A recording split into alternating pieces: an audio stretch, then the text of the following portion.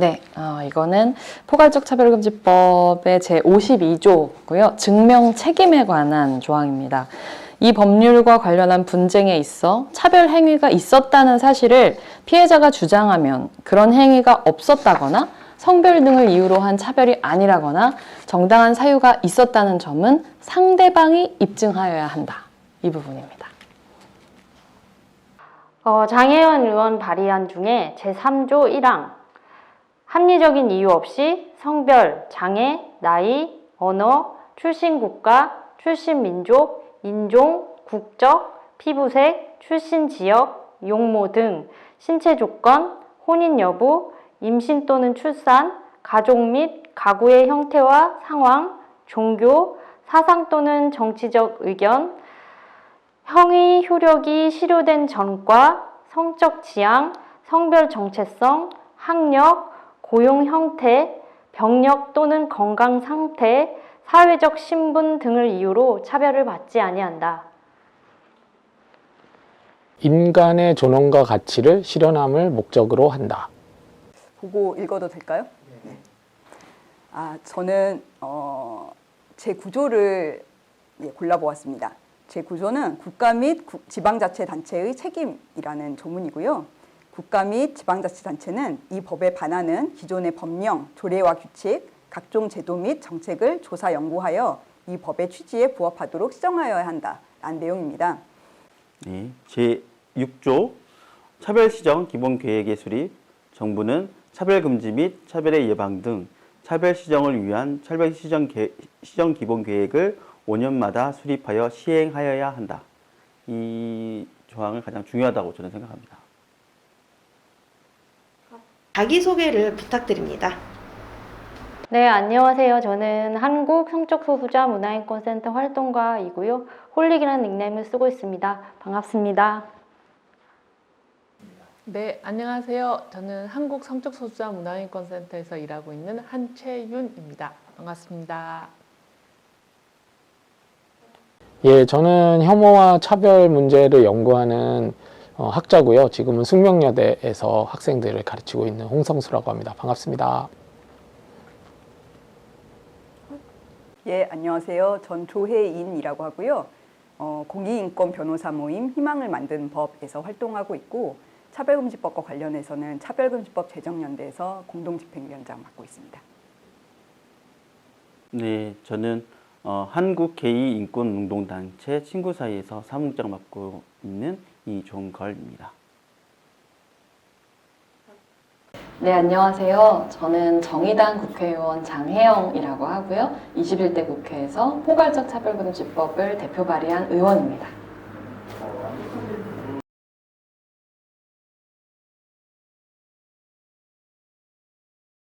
예, 차별금지법에 대해서 이미 많이 알려져 있긴 하지만요. 이 법이 구체적으로 무엇을 목적으로 하는지에 대해서는 그렇게 많이 논의되진 않았던 것 같습니다. 근데 이 법의 1조에 보면은 인간의 존엄과 가치를 실현한다는 목적이 분명하게 나와 있거든요. 사실은 이 법이 추구하는 것은 자신이 어떤 정체성을 가지고 있건 간에 어디서든 차별당하지 않고 또 혐오당하지 않을 수 있는 권리, 그럼으로써 인간의 존엄성을 가지고 살아갈 수 있는 권리를 보장하는 법이다라고 생각해서 저는 이 조문을 골랐습니다. 이제 이 법의 취지에 부합하도록이라는 것은 헌법상 평등권의 취지에 부합하도록 시정해야 된다라는 내용인데요. 사실은 이게 이제 차별금지법에서 되게 중요한 의미를 가지고 있는 이제 내용이라고 생각을 해요.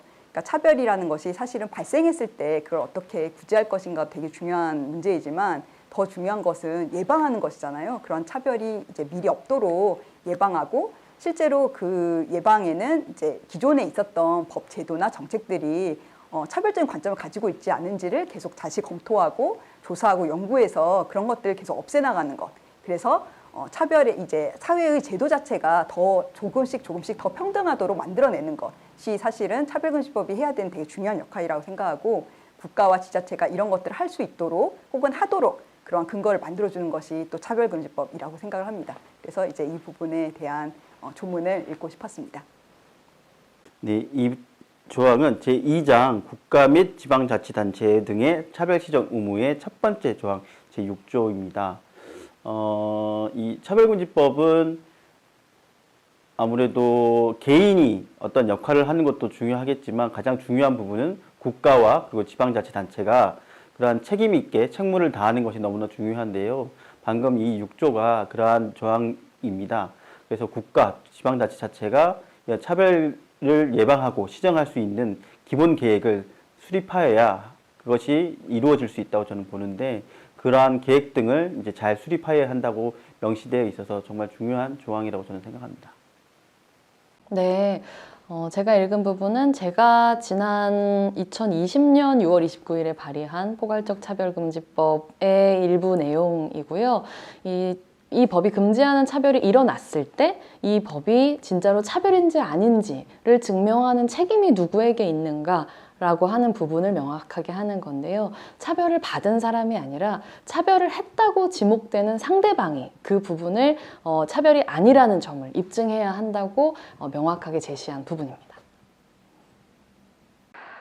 방금 제가 낭독한 법안은 장혜연 의원이 발의한 법안 중에 차별금지에서 제3조 1항입니다. 이 법안의 내용은 차별의 금지의 대상과 차별의 범위, 그다음에 차별의 폭을 규정하는 조항입니다. 이 조항이 오랫동안 어떤 항목을 넣느냐 아니면 어떤 항목을 빼야 된다라는 이유로 초창기에는 싸움에 지금의 이 차별금지법을 반대하는 쪽과의 싸움에 쟁점이 됐던 부분이기도 하고 그 쟁점 중에는 성적 지향이라는 부분이나 성별 정체성 부분에 있어서 지금에 다 들어가 있는 법안에 대해서 중요하다고 생각해서 이 법안을 낭독했습니다.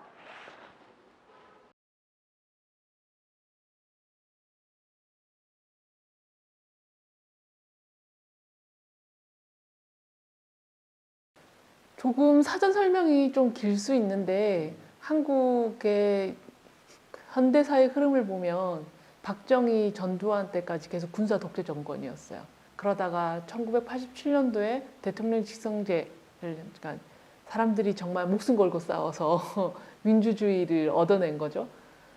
그래서 이 세계적으로 볼 때는 한국이 어쨌든 독재 국가였다가 이제 민주주의 국가로 바뀌는 거기 때문에 이제 한국은 어떤 나라가 될 것인가라고 하는 부분을 전 세계에서 관심을 가지고 지켜보죠.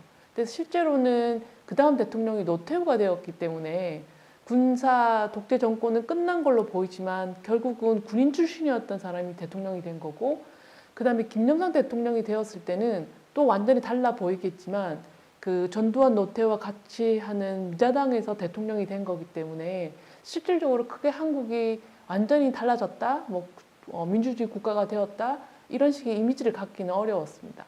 그래서 1998년도에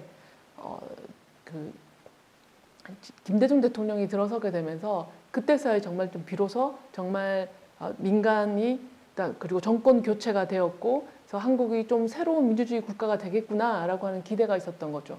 그리고 그거를 한국이 전 세계에 보여줘야 될 이유도 있었어요. 우린 달라졌으니까 이제 한국을 조금 더 괜찮아진 나라로 대해달라라고 하는 메시지를 보내야 되기 때문에 그런 상징적인 효과를 가지는 게 차별금지법이에요.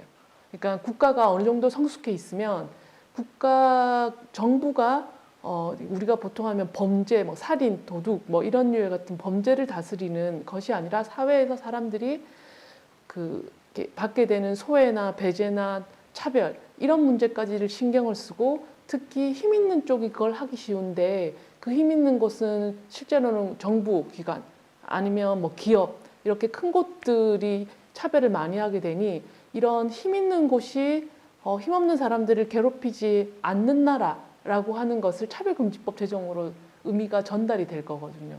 그래서 차별금지법 만드는 일이 중요했던 거죠. 김대중 정부가 들어서면서부터 민주당 정부가 들어서면서부터는 우리가 이전의 정부하고는 다르다. 대한민국이 달라진다라는 걸 보여줄 필요가 있었고 그래서 김대중 대통령이 대통령 공약으로 내걸었던 게 국가인권위원회 만드는 거였어요. 그래서 국가인권위원회를 당선되자마자 바로 준비를 해서 국가인권위원회가 만들어졌고 일단 차별에 대한 법을 만들려면 차별을 이렇게 컨트롤할 수 있는 차별에 대해서 의미도 만들고 계속 조사하고 이런 기관이 먼저 있어야 되기 때문에 국가인권위를 먼저 만들고요. 그런 다음에 이 국가인권위원회가 차별을 시정할 수 있는 법적 근거를 만들어야 되는 거죠. 그래서 2단계가 차별금지법 만드는 겁니다. 그래서 민주당의 고다음 대통령으로 노무현 대통령이 당선이 되었고, 그래서 노무현 대통령도 대통령 선거 나올 때 공약으로 차별금지법 만들겠다라고 내세웠던. 이제 김대중 정부 때 국가인권위원회 조직에 관한 논의가 있었고, 이 국가인권위원회가 2001년에 출범하면서 그 법적 근거로서는 국가인권위원회 법이 존재하는데, 그럼에도 불구하고 국가인권위원회 역할의 중요한 부분이 인권옹호와 그리고 차별 시정에 그런 의무가 있는데, 이 차별 시정과 관련한 부분들을 구체적으로 그걸 실현시킬 수 있는 법적 근거가 필요하다고 그때 논의가 됐었던 걸로 알고 있어요. 지금에 알고 있는 차별금지법은 2002년에 이제 노무현 정부 때 선거에서 공약으로 내세웠던 하나의 법안입니다. 노무현 정부에서 차별금지법을 처음으로 언급이 되었고, 공약을 실천하기 위해서 국가인권위에서 초안을 만들어서 법안을 만들게 되었습니다. 그 뒤에 이제 시민사회 단체와 함께 법안을 완성했던 게 이제 차별금지법의 제일 최초의 이야기입니다. 원래 이제 전통적인 인권 문제는 국가 권력이 어떤 자유권을 침해하는 고문이라든가 뭐 자의적 구금 이런 것들이 전형적인 인권 문제였거든요. 근데 사회가 고도화되면 고도화될수록 이 차별이라고 하는 문제가 더 중요한 문제로 떠오르기 시작을 합니다. 근데 우리가 여기에 대해서 적절한 법제를 갖추고 있지 못했고, 또 국가인권위원회 법이 있긴 하지만 뭐 조직법으로서 제한적인 역할만 해왔기 때문에 차별이 무엇이고 또 차별에 대해서 어떤 구제를 할 수 있는지에 대해서 상세하게 규정한 법이 필요하다. 그래서 차별금지법이 필요하다는 논의가 처음 시작이 됐습니다. 차별금지법은 2000년대 초반부터 이제 논의가 시작됐어요. 처음에 노무현 이제 대통령 당시 이제 참여정부 때였는데, 그때 이제 일반적인 차별에 관한 한국의 많은 개별적인 법들이 있지만 이 차별 일반을 다루는 법이 없었기 때문에 이러한 차별 일반을 다루는 법을 만들자라고 해서 국가인권위원회에서 이 법에 대한 연구를 시작했고, 그래서 2006년도에 차별금지 법안을 이제 사회에 내놓으면서 이런 법을 제정해라라는 공고를 하거든요. 그래서 이제 처음에 이 법이 그때 그렇게 당시에 등장했을 때는 이렇게 차별이 무엇인가에 대해서 일반적인 가이드라인이 될 수 있는 법, 그리고 일반적인 구제 수단을 제공할 수 있는 법이 필요하다. 왜냐하면 한국의 헌법상 평등권을 실현하기 위한 그런 이제 기본적인 법 제도가 필요하기 때문에 이런 이제 필요해서 시작된 논의라고 할 수 있겠습니다. 제가 대표 발의한 포괄적 차별금지법은 2007년에 처음 발의됐었던 때부터 시작해서 총 8번째로 대한민국 국회에서 발의가 됐었던 것이고요. 당연히 포괄적 차별금지법이 대한민국에 필요한 이유는 지금 이 순간에도 우리 사회 곳곳에 다양한 사회적 약자들이 그가 뭐 장애를 가졌다는 이유로, 여성이라는 이유로, 혹은 뭐 인종이나 혹은 나이나 여러 가지 이유들로 성별 정체성, 성적 지향을 포함해서 차별을 받고 있기 때문이고, 이런 차별을 우리가 공적으로 제대로 다루고 또 금지할 수 있는 그런 절차와 제도가 필요하기 때문에 이 법안이 여전히 그 제정의 필요성이 있다라고 말씀을 드리고 싶은데요. 원래는 사실 이제 2007년에 이미 제정이 되고도 남았음이 있어야 되는데, 이제 그 당시에 어떤 상황에 밀려서 당시의 정치인들이 이 법을 제대로 제정하지 않았기 때문에, 못했기 때문에 이제 결국엔 21대 국회의 이제 30대 청년 여성 국회의원인 제가 이제 정의당을 대표해서 이 법안을 다시 한번 발의하게 됐습니다.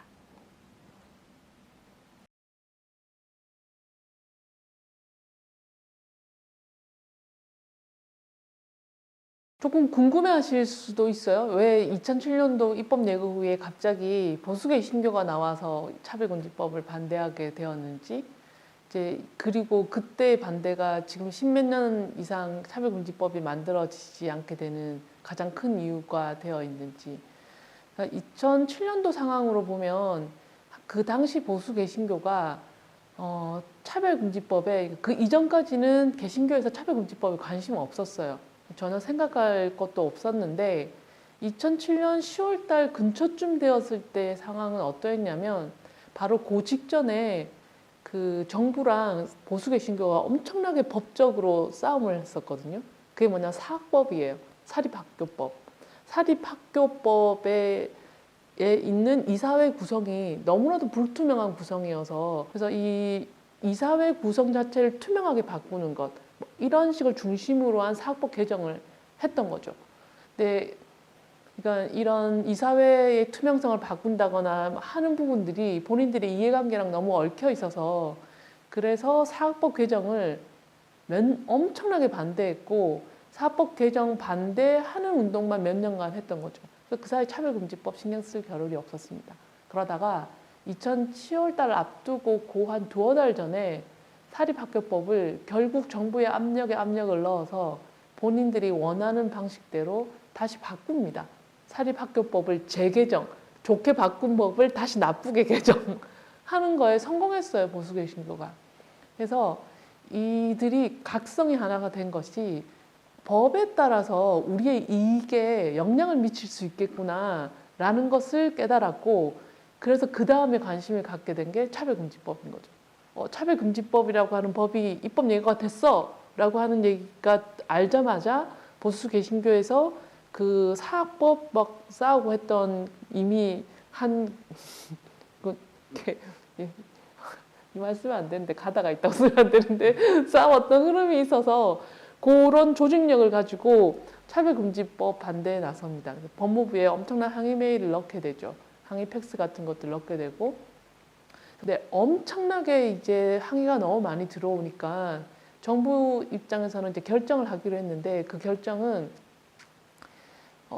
이제 곧 12월 달에 대통령 선거고, 그래서 노무현 정부의 대통령 임기는 이제 몇 달 남지 않았고, 그럼 마지막으로 국민들에게 어필하는, 제가 마지막으로 이 업적 하나를 추가하고 갑니다.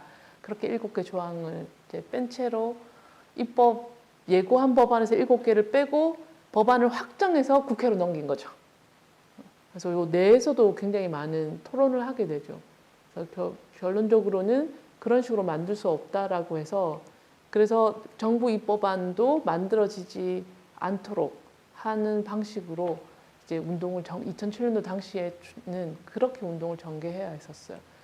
이 사건이 이제 7개 조항에서 성적 지향을 포함한 어떤 조항들이 삭제된 것은 그냥 편하게 얘기하면 차별받아도 된다라는 거거든요. 차별받아도 된다는 사람들이 성소수자를 표적으로 했던 사건이었고, 처음에 이것을 접하고 나서 이제 그때 있었던 단체, 한국성적소수자문화인권센터랑 그다음에 지금의 이제 행성인의 이제 전 이름인 동성애자인권연대, 그다음에 친구사이, 그리고 이제 지금은 트랜스젠더 인권단체 조각보가 있는데, 그 당시에는 성전환자인권연대 지렁이라는 단체가 있었습니다. 그리고 연분홍치마라는 지금의 활동을 같이 하는 단체들이 모여서 이것이 굉장히 중요한 상황이기 때문에 단체 내에서 이것을 대응하기보다는 굉장히 많은 사람들의 힘이 필요하고 이것을 좀 알려야 되겠다 해서 긴급 번개라는 이름으로 사람들을 모으기 시작하고, 이 법무부가 7개 조항을 삭제했다라는 것을 알리기 시작을 합니다. 이게 아무래도 첫 번째 커뮤니티를 비롯한 많은 사람들이 이 사실을 분노해서 모였던 긴급 번개가 3차까지 진행이 됐거든요. 그때가 아마 차별금지법 투쟁의 시작이었던 것 같아요. 당시에는 사실 여러 가지 이제 개혁 입법들이 있었고요. 차별금지법도 어떤 시대적 과제의 하나로 이제 제출이 됐었습니다. 근데 그때는 사실은 지금처럼 뭐 많은 시민들이 또 이 차별금지법에 관심을 가지고 있었던 상황은 아니었기 때문에 조금은 논의가 좀 심화되지 않았던 그런 측면도 있었고요. 또 이 법이 왜 필요한지에 대한 공감대라든가 이 법이 어떤 내용을 담아야 되는지에 대한 그런 문제의식이 조금은 좀 약하지 않았나라는 생각이었고, 그래서 이제 반대쪽에서 차별금지법을 반대하는 쪽에서 어떤 조문을 빼자던가 또는 이렇게 만들자든가 하는, 어떻게 보면 굉장히 제 기준으로 봤을 때는 좀 문제가 많은 그런 주장들이 있었는데, 그런 주장에 너무 무기력하게 이렇게 뭐 굴복을 하면서 사실은 정부의 차별금지 법안이 굉장히 왜곡된 형태로 좀 나왔던 그런 기억을 가지고 있습니다. 그러니까 저도 그때 돼서야, 그러니까 2007년 10월경인 것 같은데요. 그때 돼서야 차별금지법이란 걸, 그때 저도 이제 이름은 들었던 것 같지만 구체적인 상황 등을 그때부터 알게 됐었던 것 같고, 아마 다른 분들도 이야기하셨겠지만 이 이제 차별금지법을 실제로 발의하게 되는 주체는 법무부였는데, 법무부가 그때 이제 차별금지 법안을 이제 세상에 공개했었죠. 이 공개했었던 법안 초안에는 이 차별금지 사유에 기본적으로 국가인권위원회법을 근거로 하여 19가지 사유가 포함이 되었는데, 그 이후에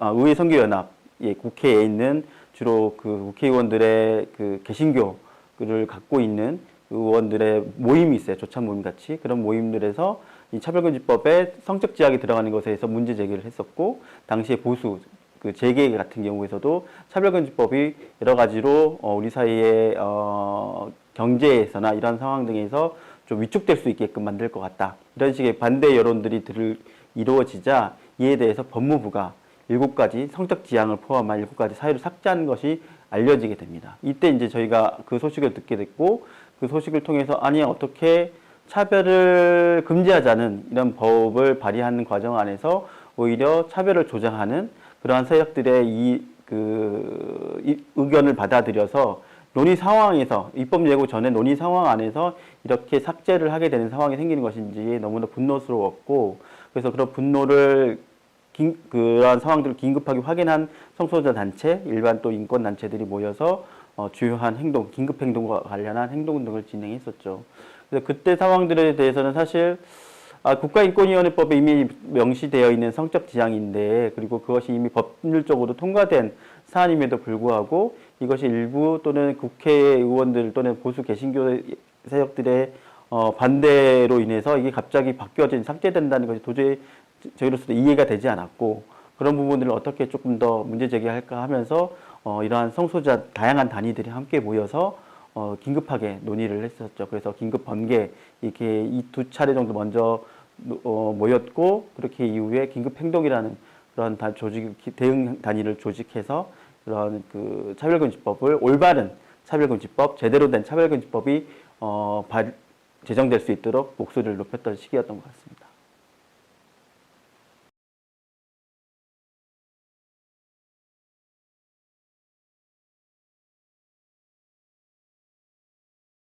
사실 이제 그때가 참여정부 말기였죠. 아무래도 2007년 후반대였고, 그리고 이제 보통 이렇게 정기국회 과정 안에서 법안이 이제 논의되면서 통과 즈음에 이제 논의가 시작돼야 되는데, 그 상황에서 법안이 사실 문제적이라는 것들의 의견들이 그 시민사회 진영에서 이야기가 되었었던 것이고, 사실 구체적으로 좀 더 말씀을 드리면 이 국가인권위원회에서의 논의, 그리고 이후에 법무부의 논의 과정 안에서 시민사회 단체가 또는 인권단체가 적극적으로 이것에 대해서 문제 의견을 개진했거나 이런 과정이 좀 부족했던 거예요, 사실.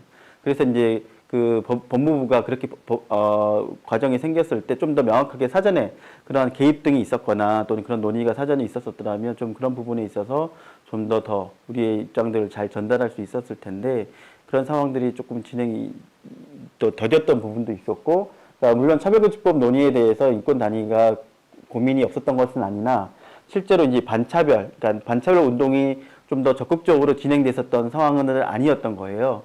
왜냐하면 사실 그게 여러 가지 이유가 있었을 것 같은데, 그러니까 인권운동 단체에서 우선은 이러한 차별금지법과 관련한 반차별 운동에 대한 맥락 논의 등이 사실 부족했던 거죠. 그래서 이제 그러면서 이제 사실 이 차별금지법이 제정 논의가 있게 되면서 오히려 이제 반차별 운동을 좀 더 고민하게 됐고, 그래서 각각의 관련한 그 시민사회 단체 또는 인권 단체들이 모여서 반차별 공동행동이라는 단위를 2007년 하반기에 그때 같이 또 만들어지게 됩니다. 그래서 법안에 대한 논의도 공부도 하게 되고, 이 반차별에 대한 필요성, 이 반차별이 어떤 것인지를 좀 더 고민했었고 논의를 시작하게 됐었죠. 물론 이제 당시에 차별금지법이 이후에 12월 달쯤에 법무부를 통해서 국회에 발의가 됐던 상황에서 그것이 결국 7가지 차별금지 사유가 삭제된 채로 발의가 됐던 상황에서 그 이후에 논의가 실제로 그 발의 자체로, 그러니까 제정 자체로 이루어지지는 못했지만 오히려 반차별 운동이 좀 싹트게 됐고 그것들을 실제로 이제 우리 인권시민사회단체가 이러한 것을 논의를 하게 된 계기가 돼 있어서 저는 그게 더 중요했었던 부분이 아닌가 싶고 물론 당시에 그리고 이제 제대로 된 차별금지법이 제정되지 않았던 상황에서 오히려 그러한 시민사회가 집중하게 됐던 계기를 만드는 것이 아무래도 큰 의미 아니었나 그런 생각이 듭니다. 예, 사실은 2000년대 중반 이후에도 차별금지법에 대한 관심은 계속 있었고 또 법안도 꾸준히 제출이 되어 왔었습니다. 근데 하나의 이제 중요한 분기점이 됐던 게 2013년인데요. 2013년에 2개의 법안이 발의가 됐었는데 그것이 이제 철회가 됩니다. 그러니까 반대쪽에서 이 법을 철회해야 된다라고 해서 이제 법안이 철회되게 됐고 이것은 굉장히 안 좋은 시그널이 됐다라고 생각을 하는데요. 왜냐하면 사실 법안을 철회한다는 건 굉장히 번거로운 일인데 서명을 다 받아야 되는. 근데 이게 철회가 됐었고 이 이후부터 이 차별금지법을 추진하는 건 굉장히 위험한 일이다라는 게 정치인들 사이에서 이렇게 인식되기 시작했고 또 차별금지법을 반대하는 쪽에서는 우리가 이거를 반대하면 법안을 철회시킬 수도 있구나라고 하는 용기를 심어줬다고 해야 될까요? 그래서 굉장히 이게 안 좋은 교훈이 돼서 그 이후에 더 이상 법안이 발의되기 힘든 그런 상황으로 쭉 전개가 됐었고 그것이 이제 2021년까지 이어져서 그분 다시 해볼게요. 그런 상황들이 2020년까지 이어져서 2020년 여름이 되어서야 7년 만에 법안이 발의가 되는 그런 상황으로 이어졌습니다. 네, 2007년에 발의되었던 법안은 아시겠지만 그 회기에 국회 임기로 만료가 되었습니다. 그 이후도 사실 차별금지법은 계속 발의가 된 역사가 있어요. 17대는 이제 2007년이고요. 그 다음에 2008년 이제 노회찬 의원을 비롯해서 19명이 발의를 했지만 또 폐기가 되었고요. 그 다음에 18대도 이제 9월에 박은수 의원 등이 또 발의를 했는데 또 국회 임기 만료로 폐기가 되었고요. 그 다음에 그해 이제 권영길 의원 등의 또 그해 2번 발의를 했는데 똑같이 폐기가 되었습니다. 19대는 똑같이 김재현 의원 등이 10명이 차별금지법을 발의를 했는데 국회 임기 만료 폐기 또 되었고요. 2013년에도 김한길 의원 등 51명이 발의를 했는데 이건 법안을 철회됐습니다. 그리고 2013년에도 최원식 의원 등 12명이 법안을 발의했지만 이것도 철회가 됐습니다. 그리고 20대 국회는 우리가 암흑의 시대였잖아요. 이때는 아예 법안이 발의되지 않았고요. 그리고 최근에 이제 2021대 국회 지금 알고 계시는 장혜연 의원 법안과 이제 국가인권과 평등법 2개의 법안이 발의된 상태입니다. 2007년도 그래서 입법 내고 10월 달에 하고 정부 입법안을 그대로 밀고 나가겠다고 하니까 11월, 12월, 1월 이 사이 4월까지 그다음 총선이 벌어진 4월까지는 인권단체들이 그 이상한 차별금지법이 만들어지지 않도록 하는데 주력을 했고 일단 그게 만들어지지 않는 것이 확정되고 난 다음에 그럼 새로운 차별금지법을 만들어야 되잖아요. 그래서 이 새로운 차별금지법을 만들기 위한 차별금지법 제정연대가 이제 단체들 중심으로 해서 전체 인권단체들 중심으로 해서 하나가 만들어지고 그리고 이 2007년 10월부터 요 기간 동안에 성적 지향이 어쨌든 이슈가 되어서 이런 상황까지 가게 되었고 그러면 여기서 성소수자 인권단체들이 성적 지향 뺀 상태로 차별금지법이 만들어지면 안 됩니다라는 목소리를 힘있게 내지 않으면 사실은 상황상 앞서 말씀드린 대로 그냥 성적 지향은 좀 빼고도 만들어야 하지 않을까라고 이렇게 사람들이 생각할 수 있으니까 그래서 성소수자 인권단체가 굉장히 강력한 목소리를 내고 차별금지법 제정에 좀 주도하는 역할을 하고 할 필요가 있었거든요. 그래서 이 상황에서 그 성소수자 인권단체들이 그 전까지와 달리 이때 엄청 열심히 다 같이 연대해서 활동을 펼쳐나갔습니다. 그래서 그 힘이 2008년 5월 달에 성소수자 차별에 반대하는 무지개 행동, 그래서 지금 우리가 무행이라고 줄여서 부르는 조직이 만들어지게 된 거죠. 그래서 그 차별금지 반대가 지금까지 있는 한국에서 가장 대표적인 성소수자 인권 협의체 무행이 만들어지게 된 배경이기도 합니다.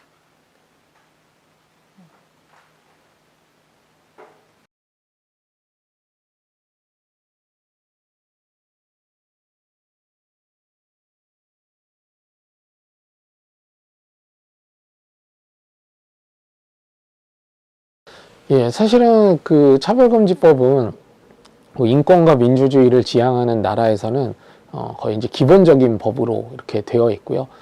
차별금지법만 있는 게 아니라 사실은 최근에 나온 헌법들을 보면은 헌법 조문에도 이 차별금지에 관련된 내용들이 상세하게 규정되어 있는 그런 상황이라고 할 수가 있겠습니다. 그런 점에서 보면 한국에서는 아직도 이제 헌법 조문에도 차별금지 내용이 너무 짧게 이렇게 들어가 있고 또 차별금지법이 없다 보니까 이제 다른 나라에 비해서는 상당히 차별금지 관련 법제가 좀 부족한 상황이다라고 할 수 있을 것 같습니다. 한국에서 이 차별금지법 논의가 이제 시작되었던 이제 2006년 전후로 해서 사실 외국에서는 대다수의 국가들이 이런 포괄적인 차별금지법들을 다 갖추고 있었던 상황이었어요. 그래서 한국도 그러한 흐름에 따라서 이런 법을 만들려고 했던 거죠. 근데 이제 그 2007년도에 차별금지 사유를 둘러싼 그러한 논쟁이 시작되면서 그때 그 법을 만들지 못하고 그때의 논쟁이 사실은 15년 가까이 지속되면서 지금까지 왔다라고 보시면 될 것 같아요. 그래서 사실은 그 한국과 비슷한 수준의 정치, 경제, 사회, 문화 수준을 가지고 있는 국가들에서는 대부분 이러한 포괄적인 차별금지법들이 만들어져 있습니다. 예. 제가 2년 전인가 그 일가 아시아 때 그때 이제 차별금지법 관련한 이야기를 하게 되면서 그때 일본에서의 움직임과 같이 좀 이야기를 하게 됐었는데 저희는 이제 포괄적 차별금지법 이런 부분들을 좀 주로 논의했었던 부분이었고 사실 그런 부분들이 이제 2000년 그런 국가인권위원회 탄생 이후부터 실질적인 그런 이제 논의가 있었던 상황인데 일본 같은 경우에는 이런 그 성적 지향과 관련한 성소수자 관련한 차별금지법 이런 논의가 또 그 더 연글고 있는 지금 그런 상황인 것 같고 그러면서 이제 포괄적 차별금지법을 같이 또 이제 논의하게 되는 부분이 생기는 것 같더라고요. 근데 이제 그 각국 상황마다 개별적 이런 뭐 장애인 차별금지법, 남녀고용 평등법과 같은 개별적 차별금지법과 같은 이런 법률이 존재하는 상황 안에서 그러면서 우리나라는 이제 포괄적 차별금지법 논의가 이루어지게 된 맥락이 생겼는데 이제 그렇게 개별적 차별금지법이 존재하는 상황 안에서 포괄적 차별금지법이 왜 필요한지를 다시금 이제 논의하게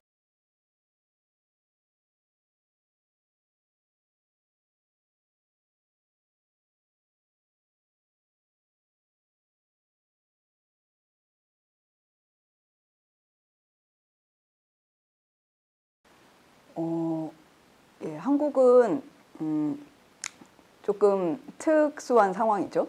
예. 그때 당시에는 굉장히 지금에 비하면 아주 소수이신 분들이었거든요. 그렇게 반대를 하시는 분들이.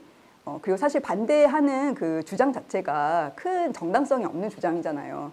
왜냐하면 내 가치관이나 종교관에 비추어서 누구의 평등권을 인정할 수 없기 때문에 성소수자의 평등권을 인정할 수 없기 때문에 이런 거에 반대한다라는 이야기이기 때문에 이건 사실은 다른 사람의 기본권을 부정하는 주장이고 전혀 정당성이 없는 주장인 거죠. 헌법에 반하는 주장인 거고요. 근데 문제는 이제 그러한 주장이 일정 정도 수용이 됐다는 거죠. 수용이 되면서 2007년도에 그러한 사유가 삭제된 형태의 법안을 정부에 내놨다는 거죠.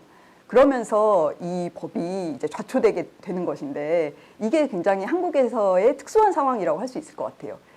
아무래도 그 특수한 그 상황은 결국에는 반대하는 목소리가 그러니까 바로 부각이 됐다는 논쟁 지점으로서 그것도 성적 지향과 관련한 그 특히 이제 성소수자 동성애자와 관련한 그러한 논쟁이 처음으로 바로 시작됐다는 것. 근데 사실 그것만 있었던 것은 아니라 그 재계에서도 이 차별금지법에 제정이 되면 그로 인한 경제사회적 비용이 발생을 할 것이라는 그런 우려도 있었던 거죠. 사실 그러한 반대 목소리가 더 중요했던 부분도, 더 컸던 부분도 있는데 사실 그것보다는 결국에는 성소수자와 관련한 그런 부분이 더 부각됐다는 거.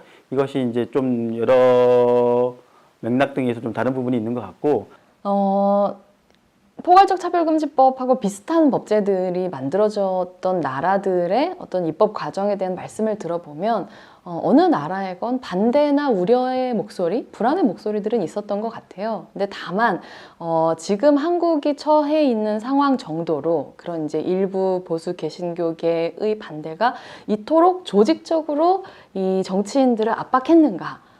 이토록 오랫동안이라고 하는 점에서 좀 더 이제 특수성을 찾아볼 수 있을 것 같은데, 근데 저는 다른 것보다도 이 19대 국회 때 굉장히 많은 이 민주당 의원들이 발의를 했다가 선거가 가까워지면서 그 법안을 철회했던 것이 그런 특수성을 굉장히 좀 이제 강하게 만들지 않았나라는 생각이 들었어요.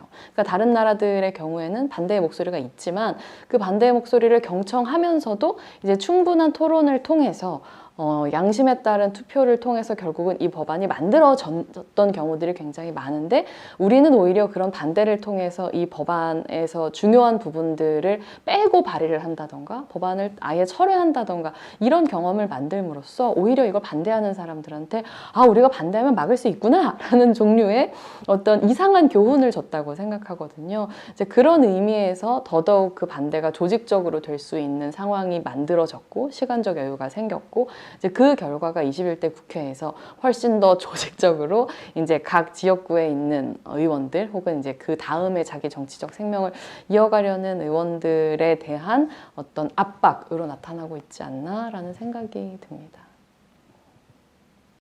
저는 가장 큰 문제는 정치와 종교가 짝짝꿍하는 거라고 생각합니다. 사실 이제 차별금지법이 문제가 될 수 있는 두 가지 영역이 있는데요. 하나는 이제 종교와의 경계, 이 부분이 하나가 문제가 되고, 또 하나는 어떤 경영의 자유, 영업의 자유, 그러니까 기업이 뭔가 물건을 팔거나 뭐 고용을 할 때 자유하고 충돌되는 그 두 부분이 있는데요.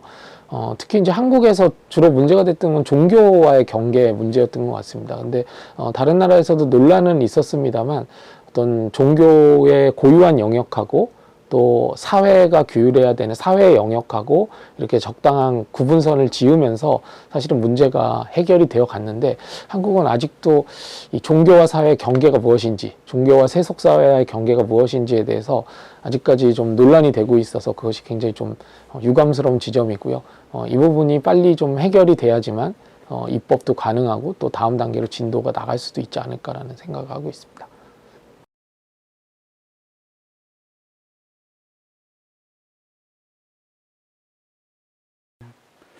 이 차별이라는 것은 드러내려면은 결국에는 이것이 차별이다. 사람들에게 알려줘야 되는데, 그것을 차별을 판단할 수 있으려면 결국에는 어떤 그 차별 판단 기구가 그것이 차별이라고 그러니까 인정을 해줘야 되는 거예요. 근데 그것을 처음으로 만들기에는 법이 없이는 어떤 주체가 그걸 판단하는 법적 근거가 없는 상황 안에서는 이게 차별이다. 사람들한테 말하기 어려운 거죠. 물론 그 전에 국가인권위원회법에서 차별 행위에 대한 차별금지 행위에 대한 어떤 진정 상황도 있었고 그것이 결정되는 예가 있지만 이것만으로 좀 부족하고, 사실 그런 것들이 좀 알려져야 이 사람들이 이런 게 차별이구나, 그래서 내가 이걸 진정할 수 있구나, 이걸 맥락 등을 이해하게 되는데, 사실 법이 없으니까 법을 통해서 할 수밖에 없는 거였어요.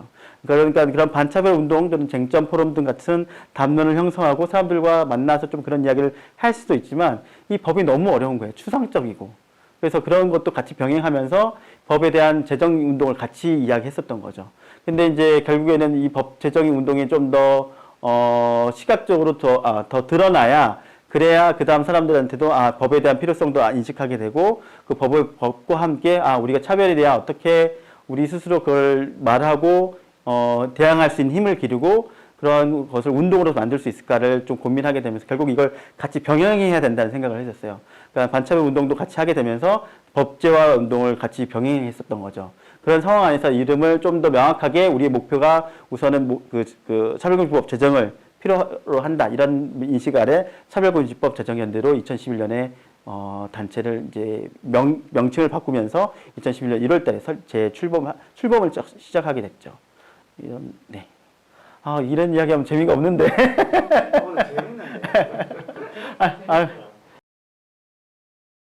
사실 시민사회의 관심은 그 어떤 때보다도 뜨겁지 않나라는 그런 생각입니다. 특히 이제 종교계에서는 주로 차별금지법을 반대하는 것으로 주로 알려져 있었는데, 이번에는 뭐 차별금지법을 지지하는 어떤 종교계의 여러 분들이 또 나서서 열심히 또 캠페인을 이렇게 벌이고 있는 상황이고요. 시민사회 전반에서도 그 어떤 때보다도 이제 차별금지법 문제에 관심을 많이 가지고 계시고, 특히 예전에는 굉장히 일부에서만 이게 중요한 의제다 이렇게 생각을 했다면, 지금은 전반적으로 이 법이 나의 문제다, 우리의 문제다라고 여기는 경향들이 많이 생겨난 것 같습니다. 근데 다만 아쉬운 거는 정치권에서는 아직도 이 법이 왜 중요한지에 대해서 충분히 인식을 하지 못하고 있는 게 아닌가라는 점이 상당히 아쉬운 지점이고, 또 정부 차원에서는 사실은 이제 국회가 할 일이다 이렇게 좀 떠넘기고 있는 상황인데, 사실 예전에 정부가 차별금지법안을 정부 발의 법안으로 발의한 적이 있거든요. 그러니까 정부도 의지만 있다면 얼마든지 이 법안의 제정 과정에 이렇게 관여할 수가 있고 의견을 낼 수 있는데, 지금 뒷짐을 지고 있는 듯한 그런 모습들이 상당히 좀 안타까운 상황인 것 같습니다. 이 헌법상 평등권을 어떻게 실현할 것인가에 관한 가장 기본적인 법률인 차별금지법이 2021년이 될 때까지도 한국에서 못 만들어지고 있는 데에는 정부와 정치권의 책임이 굉장히 크다라고 생각을 합니다. 실제로 그 차별금지법 어떻게 더 좋은 법으로 만들 것인가를 두고 여러 가지 사회적 논의와 토론을 할 수도 있지만, 지금까지 한국 사회에서 차별금지법을 둘러싼 논쟁은 그런 내용이 아니었거든요. 어떻게 더 좋은 법을 만들까에 대한 생산적인 논쟁이 아니라, 누군가는 그 법에 적용을 받지 않도록 해달라, 성소수자를 여기서 빼달라, 이주민들을 빼달라, 무슬림들 빼달라, 이런 식의 주장이기 때문에 이것은 사실 다른 사람의 인권을 나는 인정할 수 없다라는 주장이고, 민주주의 사회에서는 받아들여질 수 없는 주장이에요, 사실은. 그런데 이러한 주장들이 이제 나왔을 때 정부가 해야 되는 역할은, 그리고 정치가 해야 되는 역할은, 그런 주장은 우리의 민주주의 사회에서는 받아들여질 수 없는 주장이기 때문에 우리는 적어도 모든 사람이 평등하고 존중을 받아야 되는 존엄성을 가진 사람이다라는 전제에서, 그럼 그걸 어떻게 실현할 것인가에 관한 법을 만들자, 여기에서부터 논쟁이 시작되어야 된다라는 이야기를 하는 것이었다고 생각을 해요. 그래야지만 이제 그러한 반헌법적인 주장이 아니라 실제로 그 민주사회의 가장 평등과 존엄에 관한 원칙 위에서 다시 생산적인 논쟁을 할 수 있었을 텐데, 이것을 하지 않았던 거죠. 정부에서는 마치 그러한 주장이 있을 수 있는 사회적인 의견 중에 하나인 것처럼 받아들이면서, 이에 대해서 다른 의견들이 있기 때문에 법을 좀 이제 보류하고 더 합의가 있어야지만 이 법을 만들 수 있다라는 이제 입장을 취했었죠. 그리고 정부가 그런 메시지를 계속 내놨기 때문에 사회에서 이런 식의 차별적인 주장들, 다른 사람의 인권을 부정하는 주장들도 하나의 정당한 의견이구나, 이런 식으로 사실 사람들이 받아들이면서 점점 이 차별과 혐오의 그 주장이 점점 커질 수밖에 없었던 그러한 상황이었거든요. 그래서 차별금지법 제정연대 그리고 이제 시민사회는 이에 대해서 계속 문제제기를 해왔던 것 같아요. 정부가 그러한 입장을 취해서는 안 되고, 우리의 가장 평등에 관한 대원칙을 확인하고 그거 위에서 차별금지법 논의를 해야 된다라는 이제 주장을 계속 해왔고, 정부를 압박하는 그런 주장을 해왔고, 그것을 위해서 다양한 캠페인을 펼쳐왔죠. 차별금지법이 무엇인가를 알리는 활동도 해오고, 이제 외국과의 여러 가지 연대를 통해서 예를 들면 유엔이나 이제 유엔의 여러 가지 그 조약 심의 기구들에 가서 지금 한국 상황을 알리고, 그래서 거기에 대한 이제 차별금지법을 제정하라라는 공고를 받아오고, 이런 활동들이라던가, 아니면은 이제 정부에 대해서 계속 발의를 하도록, 국회관에서 발의를 하도록 계속 국회의원들 설득하고 같이 발의를 하고 하는 활동들을 다양한 형태의 캠페인을 펼쳐왔다라고 하겠습니다.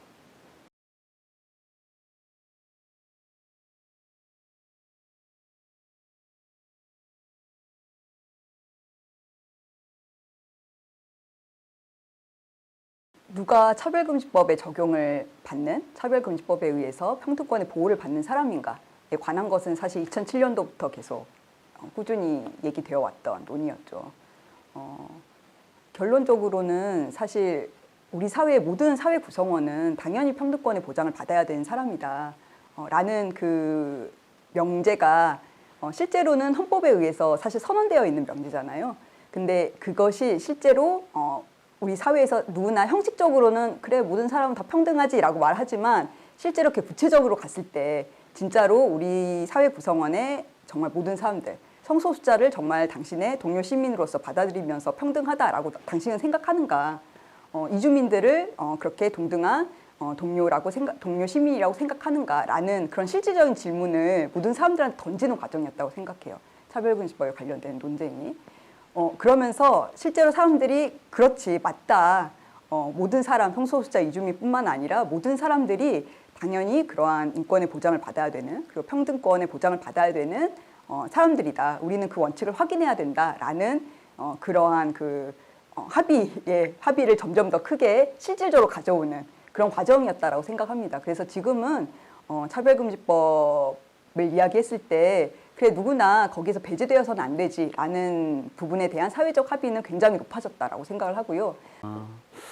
이게 이제 모르겠어요. 저도 이게 차별금지법 아주 연구 전문가는 아니어서 그런데 사실 기본적으로는 차별금지와 관련한 논의가 우리나라에서만 처음 있었던 건 아니고 이미 이제 해외에서도 연구 논의가 있었던 부분이 있고 그러니까 우리가 일상 그냥 평범하게 생각했을 때 차별은 부당하다 또는 어떠한 부당한 어떤 나를 누구와 구별하거나 또 분리하거나 또는 나를 어디에서 들어가지 못하게 하거나 거부하게 하거나 또 그러니까 구별하려고 하는 이런 상황 등이 드러날 때 이게 차별이라는 걸 좀 인식하게 되잖아요.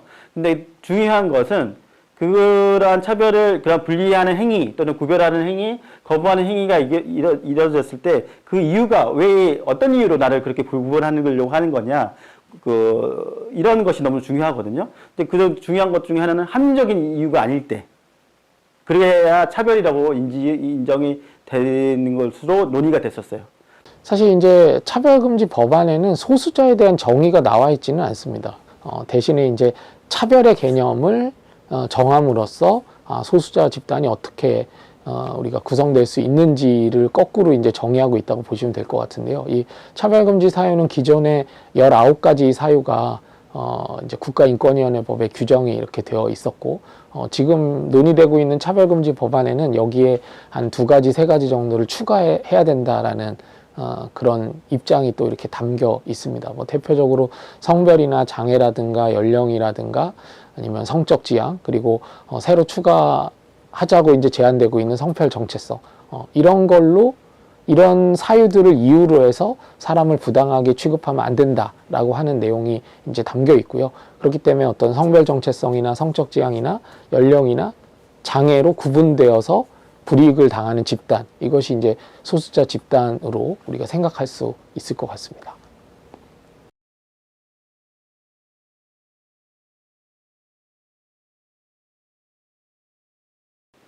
차별금지법 제정운동에서 크게 후퇴했던 시기를 꼽아보라라고 하면 많은 분들이 2013년도의 시기를 좀 떠올리실 것 같은데요.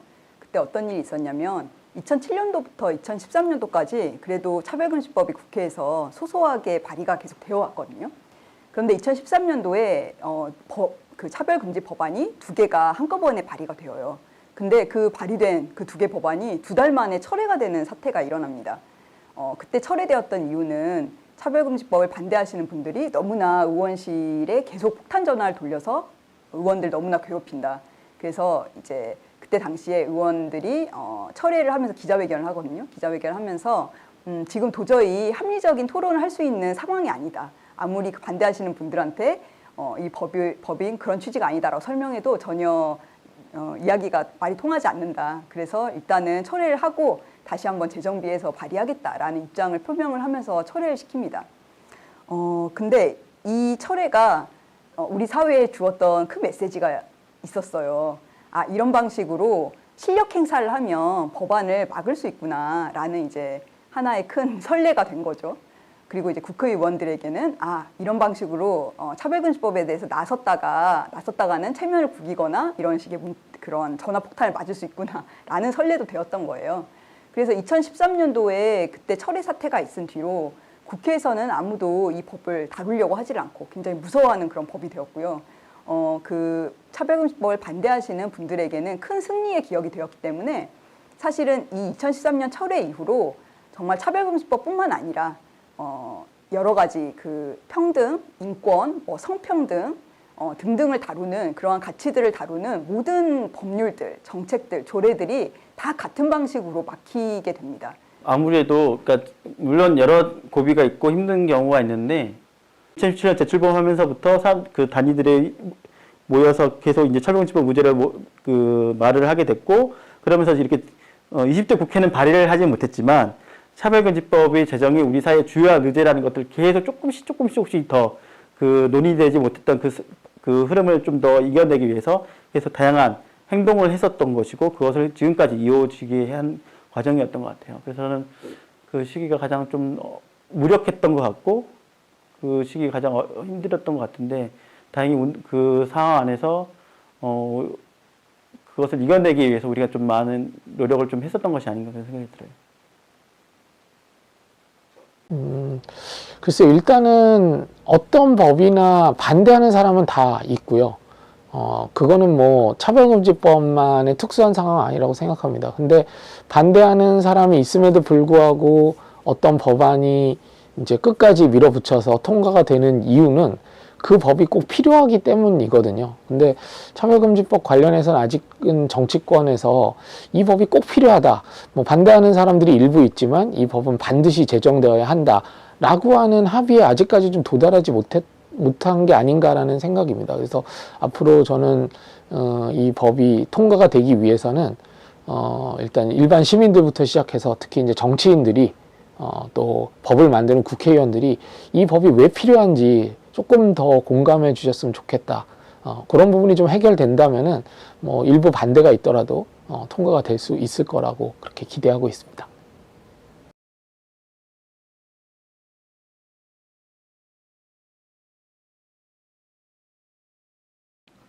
일단 차별금지법을 반대하시는 분들께서는 오해에 기인한 경우가 굉장히 많다고 생각해요. 그러니까 오해, 무지로 인한 편견 혹은 잘못된 정보를 접했기 때문에 생긴 오해 이런 것들 때문에 예를 들면 이 법이랑 전혀 관계없는 내용들 이 법이 통과되면 뭐 동성애가 엄청나게 뭐 증가할 거라든가 아니면 이 법이 만들어지면은 무조건 뭐 교회에서 동성애는 죄다 이런 설교를 하면은 바로 이렇게 잡아간다던가 이런 잘못된 정보들을 접하고 걱정하시는 경우들 그것은 이제 정확한 정보를 알려드리는 것을 통해서 상당히 우려를 불식시킬 수 있는 부분이 있다고 생각하고요.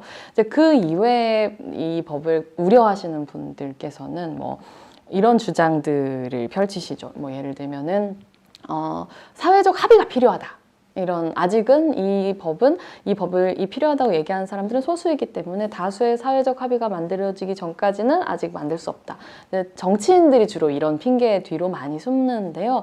저는 이거는 뭐 별로 말도 안 되는 얘기라고 생각을 하는 것이 역으로 생각했을 때 그러면은 지금 우리 사회에서 존재하는 차별을 지속하자라고 하는 사회적 합의는 있는 건가? 라고 생각하면 우리는 그런 사회적 합의를 한 적은 없거든요. 당장 우리 헌법이 모든 이제 국민들은 평등하고 차별받지 아니한다라고 하는 사회적 합의가 이미 우리 공동체에 만들어져 있는 거고 그걸 좀 더 일상에서 실현 가능하게 만들자는 게 이 법이기 때문에 사회적 합의를 얘기하시는 것은 좀 맞지 않는다. 뭐 사실 반대하는 논거 중에 이제 가장 중요한 게 종교의 자유를 침해한다. 라는 그런 지적인데요. 사실은 차별금지법은 종교의 자유를 무작정 제한하거나 뭐 이렇게 침해하고 있다고 볼 수는 없습니다. 당연히 어떤 종교 내부에서 이야기하는 얘기는 그것이 사회 규범에 정면으로 위배되지 않는 한 얼마든지 이제 보장되는 거고요. 다만 이제 이 종교의 자유의 한계를 넘어서 세속사회와 어떤 접점이 생길 때는 당연히 우리 세속사회에서 규율하는 규범을 따라야 된다라는 것이거든요.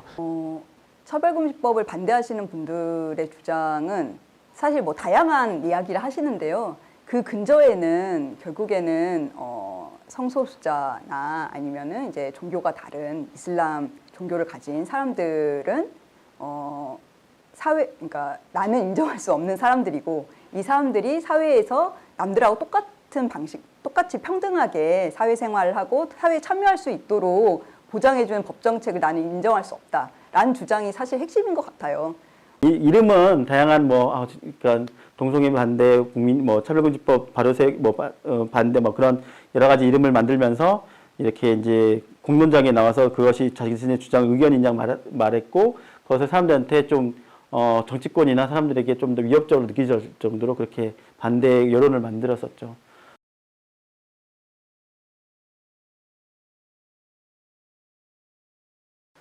그 2007년도 상황하고 비교를 한다면 가장 크게 달라진 건 지금은 차별금지법 제정하는 데 있어서 정말 많은 전국에 굉장히 많은 풀뿌리 시민단체부터 시작해서 우리가 얘기하는 뭐 장애, 이주민, 난민, 여성, 그다음에 성소수자, 청소년 굉장히 많은 주제들이 있잖아요.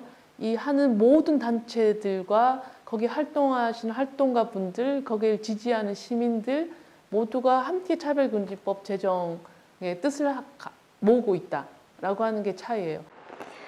2007년에는 성소수자를 특정해서 성소수자는 차별받아도 되는 사람으로 명명했다면 지금의 차별금지법은 성소수자 진영뿐만이 아니라 정말 차별을 받을 수 있는 사람들, 다양한 사람들이 함께 이 차별금지법을 만들고 있다고 생각을 하거든요. 그래서 모든 영역의 시민단체, 인권단체들이 지금 차별금지법 제정을 위해서 활동을 하고 있습니다.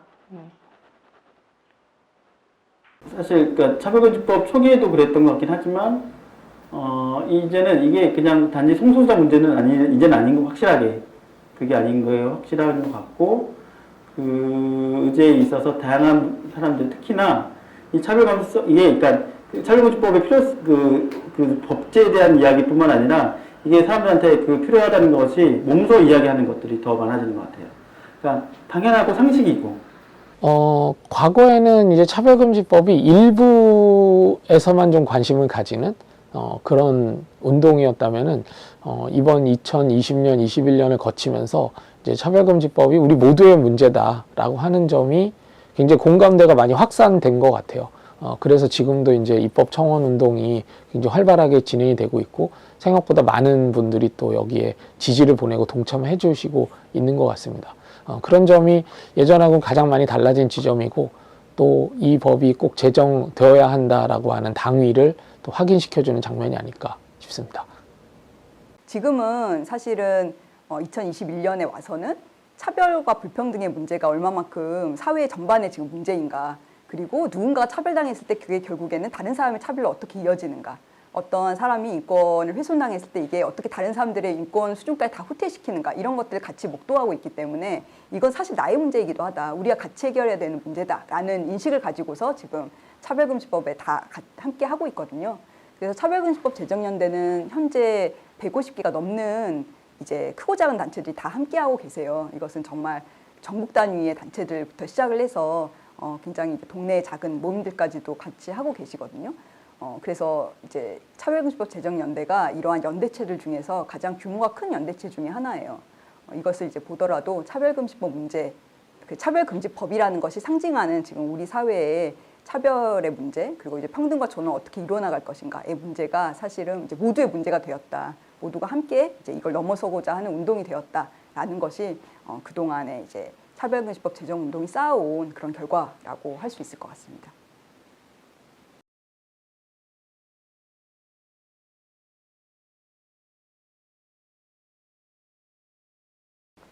사실 이제 해외에서는 아까 처음에 말씀드렸듯이 이런 포괄적인 차별금지법들이 대부분 많이 만들어져 있어요. 한국과 비슷한 수준의 국가들에서는.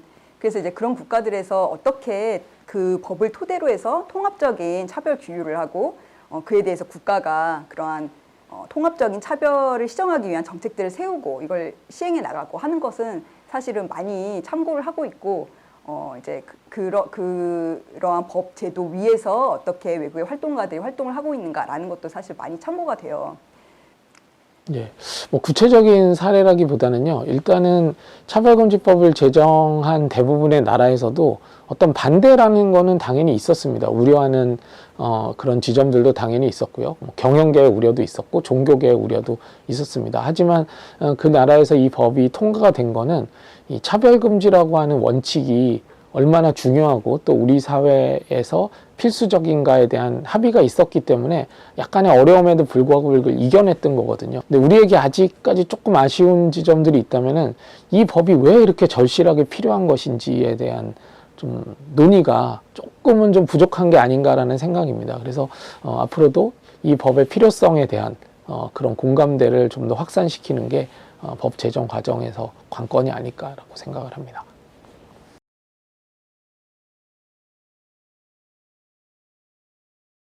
예, 지금은 뭐 거의 입법이 초읽기에 들어간 상황이다라고 생각을 하고요. 아직 법안이 하나가 발의가 됐고, 그 다음에 또 하나의 법안이 이제 발의될 예정이라고 알고 있는데, 여기서 조금만 더 힘을 모으면은 사실은 충분히 입법이 될 수 있는 그런 상황이 아닐까라고 좀 희망 섞인 기대를 하고 있습니다. 예. 작년 2020년 6월 말에 국회에서 차별금지법안이 발의가 되었죠. 정의당의 장혜영 의원이 대표 발의해서 법안이 이제 7년 만에 나오게 되었습니다. 아까 말씀드렸던 2013년 이래로 국회는 계속 차별금지법에 대해서 어떠한 언급도 하지 않으려고 하면서 이 문제를 회피해 왔고, 그러면서 계속 긴 침묵이 이렇게 만들어져 왔는데, 이것이 7년 만에 깨지는 그런 상황이 되었어요, 작년에. 그리고 이제 6월 29일 날 법안이 발의되고, 그 다음 날인 6월 30일 날 국가인권위원회에서도 이 평등법이라는 이름으로 법의 시안을 내놓으면서 이러한 법을 만들어라 라는 의견 표명을 국회에 하게 되죠. 그러면서 이제 두 번째 국가인권위원회가 내놓은 그러한 그 법안이 나오게 되었는데요. 그래서 지금 현재는 작년에 나왔던 그 지금 국회에 발의된 차별금지 법안과 그다음에 이제 인권위원회가 이렇게 만들었으면 좋겠다라고 내놓은 법안을 가지고서 이러한 법안을 만들어라라는 이야기를 국회에 계속 하고 있고, 이제 국회가 움직이지 않는다면 우리 시민들이 함께 이것을 만들어 나가겠다라는 이제 그 목소리를 점점 모아가고 있어요. 그래야지 국회를 또 압박할 수 있으니까요. 그러면서 예, 이러한 그 차별금지법을 둘러싼 사회적인 논의, 그리고 이제 이에 대한 사회적 요구가 굉장히 뜨겁게 올라가고 있는 상황이라고 할 수 있겠습니다. 그러니까 그 법과 관련해서는 2020년 6월 29일 날 이제 장희영 의원을 포함한 10명 의원이 차별금지법, 포괄적 차별금지법을 발의를 했고, 21대 국회가 개원한 지 한 달 만에 그렇게 발의를 했었고, 그러니까 20대 국회는 발의조차 되지 않았는데 20대 국회에 발의됐다는 것은 정말 의미가 있는 거고, 그리고 이제 6월 다음 날 국가인권위원회에서 평등법이라고 해서 법안을 이제 2006년에 그때 공고했었던 그 법안을 조금 더 수정해가지고 법안을 이제 또 국회에 의견 표명을 했습니다. 그래서 이제 그 의견 표명안 안에 대해서 또 이제 국회는 국회 안에서 법안이 발의될 수 있는 상황이 좀 필요한 거죠. 그래서 우선 법안 하나는 올라가 있는 상황이고, 그리고 이 인권위의 평등 법안에 대해서는 작년 7월에 그 이상민 민주당의 5선 의원인 이상민 의원이 이 법안을 중심으로 좀 대표 발의하겠다는 것을 언론에 공개했죠. 언론 공개한 지가 지금 거의 1년이 다 돼가, 이제 거의 곧 있으면 또 1년이 돼가는 상황인데 아직까지도 민주당이 발의를 하고 있지 않아요. 여러 가지 이제 이유를 들기도 하고, 종교계의 반발을, 기존에 있었던 종교계의 반발을 좀 더 잘 의견도 받아야 되고 뭐 이런 이야기를 하시는데, 사실 이제는 더 이상 그걸 핑계 댈 수는 없는 것 같아요. 계속 그런 이야기를 뭐 1년째 듣고 있을 필요는 없는 것 같고, 본인이 그렇게 5선 의원이라도 되시는데, 그러니까 대구, 대전 지역에 그런 그 지역구를 5선을 지내시면서 변호사 출신이고, 본인 또 장애가 있으신 분이기도 하면서 자기가 그렇게까지 필요성을 계속 이야기해왔다면 이제는 발의를 해야 되겠다, 그런 상황인 것 같고, 모르겠어요. 이 영상이 나가는 시점에 발의를 했을 수도 있겠죠. 제발 그러기를 바라는 상황이 바람하지 않고, 그래서 이제 민주당이 이 부분을 당론으로서 가져가서 빨리 제정할 수 있도록 흐름을 만들어야, 이건 민주당이 그런 역할을 해야 되는 것이고, 거대 여당 170여석에 가까운 정당이 차별금지법 하다 못 만드는 것은 너무나 문제적인 것이 아니냐, 그런 것들을 다시 한번 저는 이야기하고 싶습니다. 네.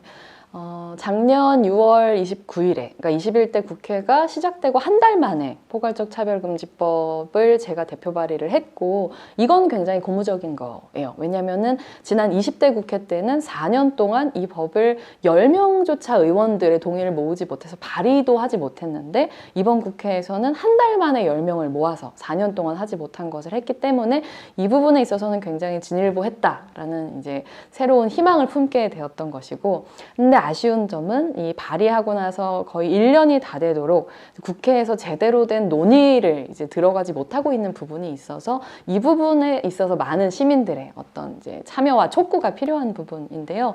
그러니까 국회에서 법이 만들어지려면 이제 상임위원회, 이 법 같은 경우에는 국회 법제사법위원회에서 소위원회를 통과하고 그 전체 회의를 통과하고 그 다음에 본회의를 통과하고 이런 이제 통과의 수순을 통해 이제 법이 만들어지는데요. 당장 제 1단계가 상정이라면 당장 제 1단계가 법안을 발의하는 거라면 두 번째로는 소위에서 이제 제대로 토론을 하게 만드는 것이기 때문에 이 부분에 있어서 토론을 만들고자 예를 들면은 뭐 지금의 집권 여당인 더불어민주당이 뭐 비슷한 법을 발의하게 한다던가 혹은 지금 엄청나게 가열찬 속도로 되고 있는 이 국민들의 입법 청원, 이 국민 동의 청원을 통해서 이제 의원들이 하지 않는다 하더라도 국민들이 직접 이 법을 국회가 논의하게 만든다던가 이런 행동들이 굉장히 활발하게 되고 있는 상황이죠.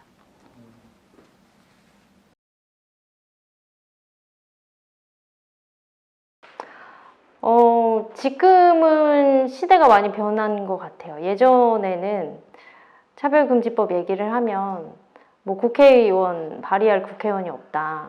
그리고 뭐 우린 힘이 없다라는 식으로 계속 미뤄왔던 것 같아요. 근데 지금은 두 개의 법안이 올라가 있고 입법을 하면 되는데 전혀 국회에서 움직이고 있지 않는 상황이거든요. 저는 이게 긍정적인 건지 비관적인 건지 잘 파악은 못하겠어요. 어떤 정권에서 차별금지법은 통과되는 것인가. 보통 정권의 이야기를 많이 하지만 지금의 정권에서도 전혀 움직이지 않고 있다는 것이 저는 가장 큰 문제라고, 심각한 문제라고 생각합니다.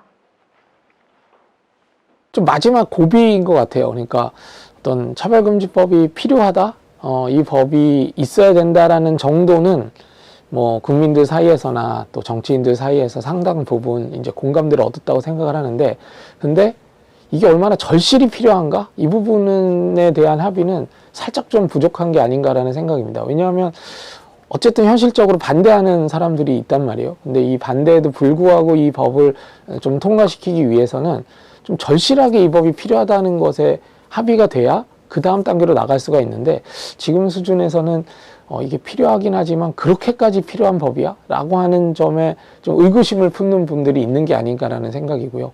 요 고비를 넘어서면 저는 얼마든지 이 법에 대한 공감대가 확산되고 또 법도 제정될 수 있지 않을까라고 기대하고 있습니다. 예, 가장 힘든 점은 국회의원들 만난 일입니다. 예, 국회를 이제 만났을 때 지금까지도 최근 몇 년 동안 계속 마찬가지였는데 국회의원들은 계속 같은 이야기를 반복을 하는데 이 법에 대해서 너무 취지에 동감한다. 이게 한국에서 반드시 필요한 법이고 언젠가 만들어질 법이라는 것에 공감한다. 그런데 그럼에도 불구하고 지금 내가 나서기는 어렵다, 두렵다라는 이야기를 사실은 몇 년째 계속 반복을 하고 있어요. 우선 법이 너무나 추상적이에요. 그래서 이렇게 막 사람들한테 바로 뭔가 혜택을 준다는 게 아니라, 그래서 사실 설명하기가 쉽지는 않은데, 그러니까 저는 그런 것 같아요. 사람들은 그러니까 살아가면서 나한테 이익을 줄 수 있는 거, 그리고 바로 이익을 얻게 하는 그런 법률이 있다고 해서 내가 정말 이익을 얻어봤나? 사실 저는 그런 걸 잘 모르겠어요. 물론 그런 사람, 그런 것을 잘 정보를 알고 그것을 이익을 요구하는 그런 어떤 이익단체나 권익단체들은 그렇게 해서 법을 만들기도 하잖아요. 근데 그거는 결국에는 뭐 그 이익을 얻는다고 해서 크게 자기 삶에 정말 큰 어떤 보탬이 되는지는 저는 잘 모르겠는데, 차별금지법은 뭐랄까, 아니 너 또 말을 만드는 것 같은 느낌이지만, 차별금지법은 나에게 그러니까 그 힘을 주는 거라고 저는 생각해요. 힘을 준다는 게 그러니까 살아가면서 겪을 수 있는 다양한 어떠한 부당함이나 또는 나의 존재를 말을 할 수 없는 사람들에게는 너무나 이게 큰 삶의 이유가 될 수 있고 힘이 될 수 있는 거라고 생각하고, 또는 어떤 차별을 받았을 때 그 사람이 그것에 대해서 문제 제기하기 위해서 다양한 경로가 필요하고 도움이 필요하는데, 이 차별금지법은 그것을 좀 더 도움을 줄 수 있는 법이거든요. 이제는 그게 내가 혼자서 해결해야 되는 것이 아니라 다른 사람들과 좀 소통해서 이게 내가 지금 차별이구나, 그러면 내가 이거 어떻게 하면 좋지? 그래서 그것을 사람들에게 손을 건네서 좀 더 도움을 받을 수 있고 그걸 통해서 실제로 해결할 수 있는 그런 과정을 담긴 그런 법률인데 이것이 사람들에게는 그냥 너무나 추상적으로만 들리는 것 같아서 그렇지만 정말 우리가 이걸 최근에 느껴보는 거는 코로나19 상황을 보더라도 정말 코로나19 상황에서 어떤 확진자로서 만약에 경험하게 된 다양한 어떤 조롱이나 비난이나 이런 것들을 겪게 되면 사실 이게 정말 그걸 당한 사람들 입장에서는 너무나 힘든 걸 느끼잖아요. 그럴 때 그것을 어떻게 해결할 수 있을까? 나로서 어떻게 좀 더 사람들께 존중받고, 나로서 사람들에게 좀 더 나의 이야기를 좀 더 그걸 인정받고 이해해 줄 수 있는 것을 어떻게 마련할까? 사실 이게 까마득하거든요. 차별금지법은 그것을 도와줄 수 있는 법이라고 저는 생각해요. 내가 동성애자라거나 또는 내가 남성, 내가 뭐 여성, 내가 뭐 어떠한 비정규직, 이거 다양한 놓여있는 그런 그 상황들이 우리 사람 이제는 너무나 많은데 그 과정 안에서 누구나 어떤 차별을 겪을 수 있는 상황들이 생기거든요. 이제 그런 부분들에서 내가 그것을 실제로 힘을 내서 좀 더 뭔가 내가 겪었던 부당함을 바꿀 수 있다는 것은 정말 큰 어떤 사회 변화를 만들 수 있는 것이기도 하고 희망이 되는 것 같아요, 저는. 정신 승리가 아니라 실제로서 내가 살아갈 수 있는 이유를 만들 수 있는 그런 법이 되지 않을까 싶어요. 가장 힘든 점은 이제 우리가 벌써 코로나19로 마스크를 쓰는 게 일상이 된 지 벌써 한 해가 훌쩍 넘었잖아요. 근데 이 코로나라고 하는 게 이미 존재하는 불평등을 훨씬 더 심하게 만드는 이제 이런 사회 현상을 촉발하다 보니까 아무래도 우리 사회에 존재하던 차별과 혐오가 더 강고해지고 있는 것 같다. 말하자면 이 포괄적 차별금지법을 통해서 보호받아야 되는 사람들과 경우가 굉장히 더 많이 늘어나고 있는 것 같다. 이게 제가 지금 이 법이 빨리 안 만들어지는 거에 대해서 느끼는 가장 힘든 점이죠. 힘들어지는 차별과 혐오를 통해서 힘들어지는 사람들이 더 늘어나는 것 같다라는 거.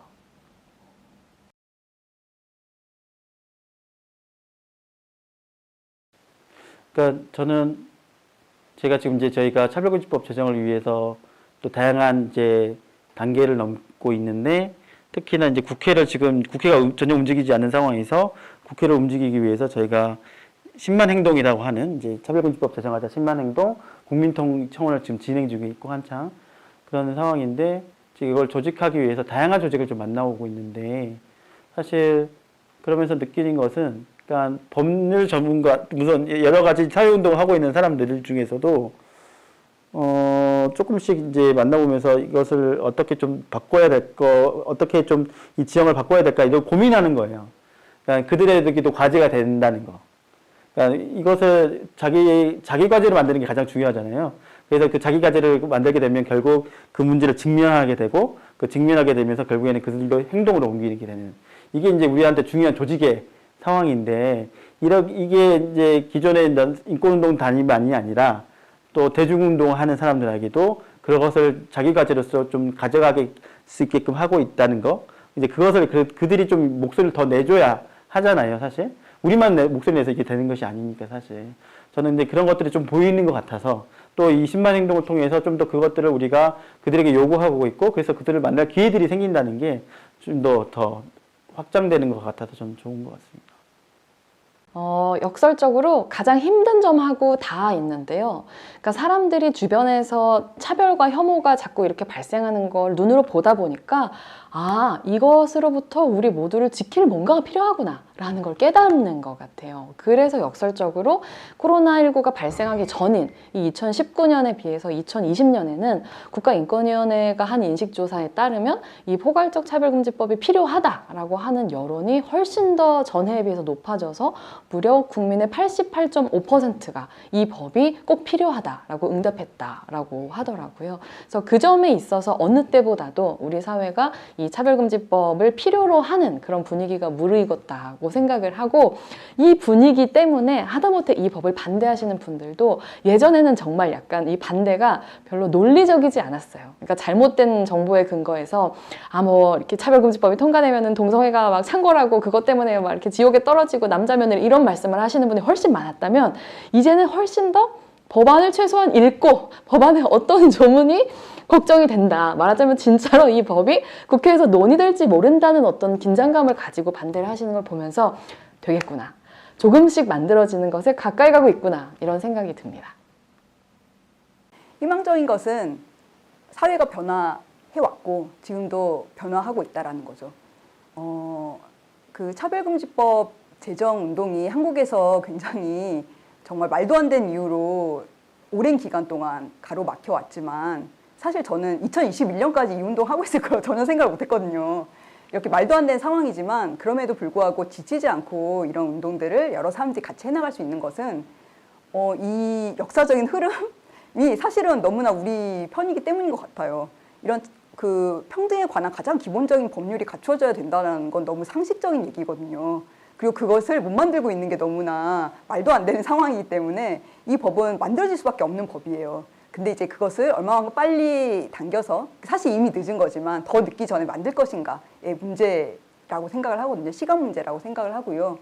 그리고 그 문제 적어도 2021년 한국 사회라면 이런 법 당연히 가지고 있어야 되는 사회다라는 것에 대한 사회적인 목소리는 점점 더 크게 모이고 있고 여기에 대해서 누구나 이제 동의하고 있는 그러한 상황이 점점 커지고 있기 때문에 이것이 주는 힘이 있다라고 생각을 합니다. 예전에는 제가 이제 차별금지법 이렇게 제정 관련된 행사라든가 뭐 이런 캠페인 할 때 가보면은 좀 맨날 보시던 분들, 좀 뻔한 분들을 계속 이제 만나게 되면서 우리들끼리 왜 이거 잘 안 될까, 참 어렵다, 뭐 이렇게 서로 위로하고 이랬던 경험들이 참 많은데요. 요즘은 뭐 SNS에서 만나는 그런 지지자들이나 또 거리에서 만나는 지지자들 이렇게 보면은 좀 의외의 분들, 생각지도 못했던 분들이 이 법에 이제 지지를 보내주시는 것을 볼 수 있습니다. 또 정치인들도 이분이 이렇게 적극적으로 나서주시다니 뭐 이런 분들을 꽤 많이 만나게 되거든요. 이런 것들이 예전하고는 굉장히 달라진 상황이라고 생각하고 이런 분들이 점점 늘어나면 늘어날수록 또 입법의 가능성은 더 높아질 거고 또 이 법이 왜 필요한지를 또 확인시켜주는 장면이 아닐까 싶습니다. 많이 달라진 것 같긴 해요. 뭐가 달라졌냐면 시민의식이 저는 달라졌다고 생각해요. 예전에는 차별금지법이 무엇인지도 몰랐고 그리고 지금 차별금지법에 대한 굉장히 가짜뉴스가 많이 퍼져 있지만 제가 놀랐던 것은 차별금지법을 찬성한다는 여론이 굉장히 많이 올라갔다는 거예요. 얼마 전에 조사한 기록에서도 88%의 시민들이 차별금지법이 필요하다는 얘기들을 했고 보수 기독교가 반대의 목소리가 높지만 기독교 진영에서 또 따로 조사를 했었을 때도 굉장히 많은 기독인들이 차별금지법을 찬성하고 있다는 여론조사가 저는 굉장히 고무적인 일이고 굉장히 놀랄 일이라고 저는 생각을 해요. 차별금지법 제정은 어떤 절차를 남겨두고 있나요? 예측하고 있는 바가 있다면 공유 부탁드립니다. 일단은 이제 정의당 의원들 주도로 법안이 하나 이미 발의되어 있는 상태고 민주당 의원들이 주도하는 법안도 곧 발의될 예정이라고 알고 있습니다. 이 두 가지 법안이 발의되고 나면은 그 다음에 이제 상임위에서 논의를 하게 될 텐데요. 이 상임위 논의가 저는 굉장히 중요한 의미를 갖는다고 생각합니다. 그때 어떤 반대하는 쪽에 어떤 논리도 이제 제출이 될 거고 또 찬성하는 측의 논리하고 이제 부딪히겠죠. 이런 논의들이 어떻게 이루어지느냐가 앞으로 이제 법안이 제정되는 과정에서 굉장히 중요한 부분이고 또 그런 부분에서 많은 준비가 또 필요하지 않을까. 또 그 고비를 넘겨야 그 다음에 이제 통과가 될 수 있을 거라고 생각합니다. 지금 차별금지법안이 법제사법위원회에 회부되어 있고 그러면 이제 남아있는 절차는 법제사법위원회에서 논의해서 통과를 시키고 그럼 다시 본회의로 넘어가서 본회의에서 논의를 해서 다시 통과를 시켜서 제정이 되는 그 과정이 이제 남아있다라고 생각하시면 돼요. 근데 문제는 이 과정이 이제 저절로 이루어지지는 않는다는 거예요. 지금까지 차별금지 법안이 국회에서 여러 차례 발의가 되었거든요. 근데 그 발의되었던 법안들이 다 법제사법위원회에 회부되는 데까지만 딱 가고 거기에서 더 이상 논의가 진전되지 않은 채로 그냥 방치되어 있다가 국회가 끝날 때 이 법안들도 그럼 같이 폐기가 돼요. 그 과정을 계속 반복해 왔던 거예요. 그래서 이번에는 그렇게 만들지 말아야 된다. 이번에는 이제 법제사법위원회에서 실제로 논의를 해서 다음 과정으로 넘어갈 수 있도록 만들어야 된다라는 것이 지금 남아있는 큰 과제고요. 이제 이 상황에서는 또 한편으로는 지금 거대 여당을 이루고 있는 민주당이 사실 이 논의에 지금 합류를 해서 뭐 법안을 추가로 발의를 하든 아니면 지금 이제 발의되어 있는 차별금지 법안을 가지고 논의를 하든 해서 이제 함께 이 논의를 이끌어가는 그 역할을 해야 되는 것도 지금 요구되고 있는 상황입니다. 그래서 국회에서 그러한 논의가 실질적으로 이루어질 수 있도록 여러 가지 사회적인 요구를 전달하면서 이제 국회를 압박하는 게 지금 중요한 과제라고 할 수 있겠습니다. 우선 저희는 21대가 이제 물론 2, 3년 남아있지만 사실 이제 올해 연말, 올해 이제 하반기 이후로는 대선 전국으로 갈 것이고 그러기 위해서는 그 이후에는 어떻게 될지 모르는 상황에서 사실 연내 재정을 목표로 지금 투쟁하고 있는 거예요. 그래서 지금 국회는 6월달 국회도 있기도 하고 7, 8월달은 주로 이제 휴지기에 들어가는데 그래서 9월 정기국회에 제대로 논의될 수 있도록 그래서 우선 정의당의 발의안도 있지만 또 거대 야당인 여당인 민주당의 안이 나와서 그래서 이 법안들이 잘 논의될 수 있도록 그래서 이제 법사위에서 적극적으로 논의될 수 있도록 하는 흐름을 만드는 게 너무 중요하고 그래서 저는 그 6월 달 안에 이 국민동의 청원도 성사되고 나왔을 때 성사됐으면 좋겠습니다만 그래서 그 과정이 지금 그런 모멘텀이 있는 상황이고 결국에는 이제 7, 8월 달에는 만약에 이제 발의가 됐다면 7, 8월 달에는 이제 진짜 본선에 올라오는 거예요. 그러면 더 이제 다양한 어떤 논의의 장을 마련하겠죠, 저희가. 또는 그런 장들 자연스럽게 열릴 수도 있고, 그렇게 된다면 9월 정기국회 때, 9월 이후에 10일까지 진행되는 이 정기국회 때 꼭 통과가 돼야 되는 상황인 거거든요. 그래서 그 정기국회에서 통과될 수 있도록 다양한 또 사회운동이나 우리도 요구를 할 것이고, 또 국회를 압박할 것이고, 그리고 특히나 이 국회 이제 주요하게 논의하는 그룹인 법제사법위원회, 상임위가 이 법사위인데, 법사위의 주요한 의원들을 공략해서 그 요구할 것이고 이제 그런 흐름들을 이제 남겨 있겠죠. 그래서 이제 그런 법사위에서 논의가 돼서 그 다음에 본회의 통과되는 과정.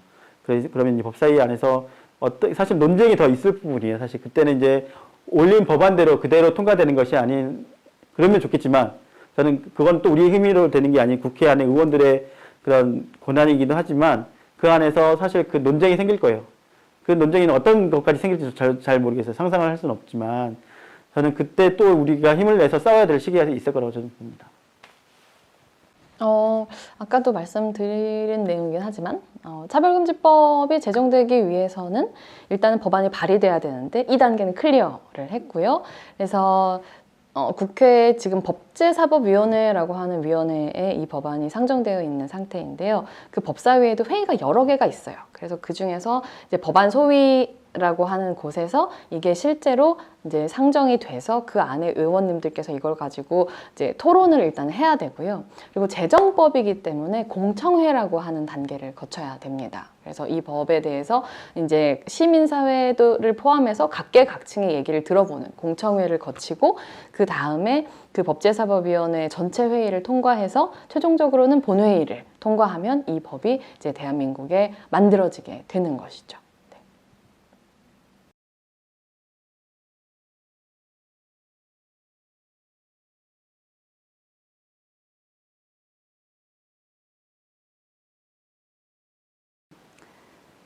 그 차별금지법 제정연대가 국회와 계속 만나서 이야기를 해보면 많은 국회의원들이 하는 이야기는 이 법 너무 필요하고 좋은 법인 거 알겠는데 그래서 근데 이 법을 실제로 요구하는 사람들 나에게 필요하다라고 말하는 사람들이 잘 안 보인다라는 거예요. 그런데 사실은 차별은 지금 너무나 많은 사람들이 겪고 있는 공통적인 문제잖아요. 오히려 너무 일상에서 겪고 있기 때문에 이게 차별인지 아닌지도 내가 스스로 잘 모르거나 이에 대해서 문제 제기를 할 여력도 없거나 왜냐하면 이걸 문제 제기해봤자 누가 들어줄 것이며 이게 해결되리라는 보장이 없기 때문에 사실은 그냥 내가 참고 피하고 넘어가는 그런 문제이기 때문에 오히려 잘 안 드러나는 부분이 있는 것 같아요. 그래서 지금 이제 중요한 것은 진짜로 차별이라는 내가 이제 겪고 있는 어떤 차별들이 있고 그래서 나는 차별금지법을 통해서 차별금지법이 만들어졌을 때 이러한 차별 더 잘 이야기할 수 있다. 그래서 이 법이 나에게도 필요한 법이다.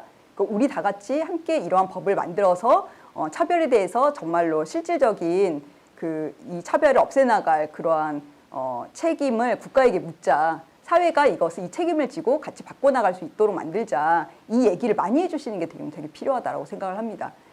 그래서 좀 추상적일 수는 있지만 실제로 그런 이야기들이 정말 사회적으로 활발해졌을 때 차별금지법이 왜 우리에게 필요한가라는 이야기들이 더 많아지고 그게 이제 국회를 압박하는 힘이 될 수 있다고 생각을 하거든요.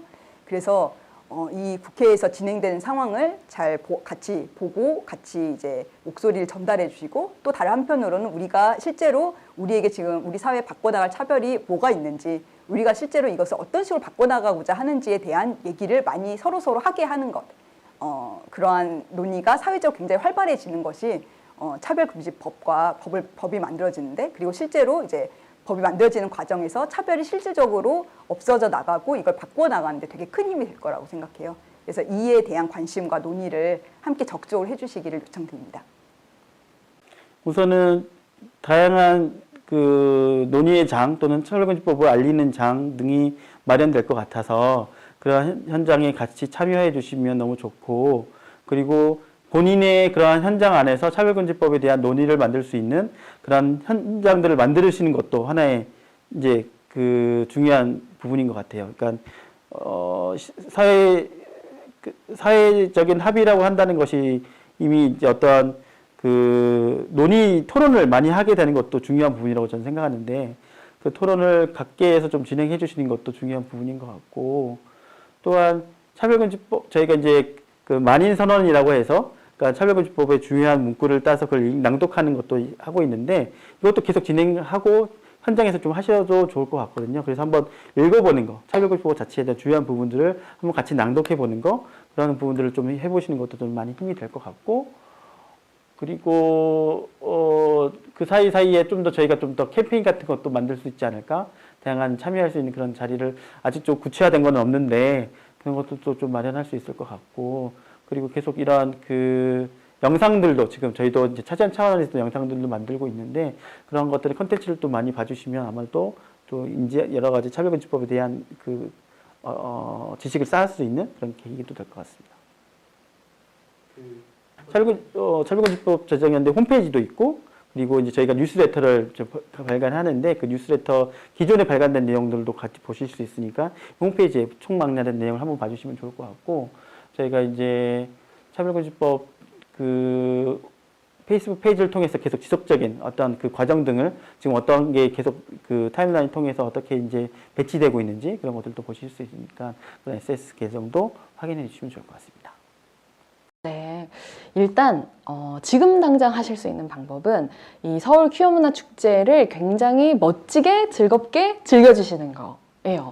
그러니까 이거는 제가 퀴어문화 축제에서 찍으러 오셔서 드리는 말씀은 아니고 그러니까 실제로 어떤 인식조사 같은 것들을 해봤을 때 언제 자신이 성소수자에 대해서 가지고 있었던 편견이 변화했는가 라는 경험에 대해서 이제 성소수자 시민 당사자들을 긍정적인 방식으로 만날 수 있었을 때 예를 들면 퀴어 퍼레이드를 통해서 굉장히 긍정적으로 스스로를 드러내거나 내 곁에 있는 친구가 혹은 가족이 정말로 함께 평범하게 살아가는 시민이 곧 성소수자라는 걸 느꼈을 때 훨씬 더 그 인식들이 크게 개선이 됐다라는 거예요. 그렇기 때문에 저는 이제 코로나 상황 때문에 되게 여러 가지 제약이 있기는 하지만 그럼에도 불구하고 성소수자 당사자로서 당당하게 자기 자신의 존재를 이제 드러내고 자축하는 이런 모습이 가시화되는 것이 굉장히 중요한 이제 부분이라고 생각을 하고요.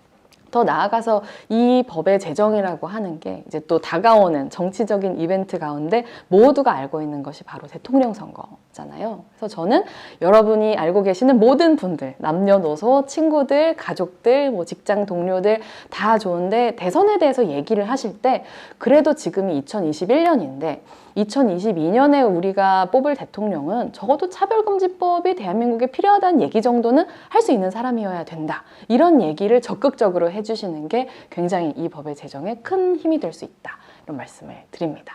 그러고도 더 힘이 남아있다.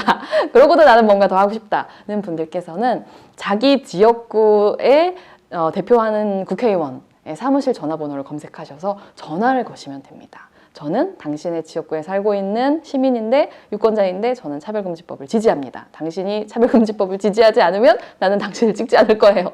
라는 말씀을 해주시는 것도 굉장히 효과적인 행동 중에 하나입니다.